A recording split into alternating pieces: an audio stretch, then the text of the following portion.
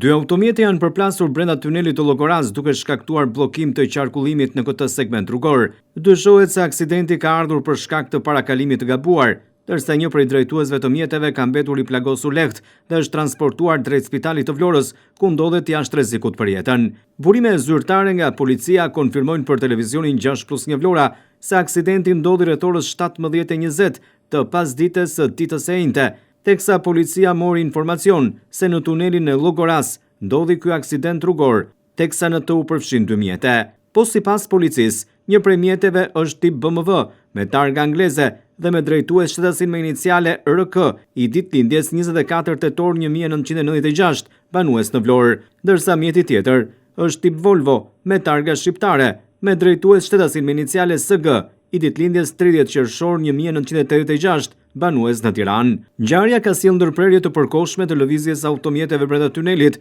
ndërsa në vendngjarje shkoi edhe policia rrugore për të menaxhuar situatën dhe për të bërë ekspertizën e aksidentit dhe për të rikthyer qarkullimin në normalitet. Shkaku për plasjes mendohet se është parakalimi i gabuar, ndërkohë që policia po punon për zbardhjen e plotë të rrethanave të kësaj ngjarje.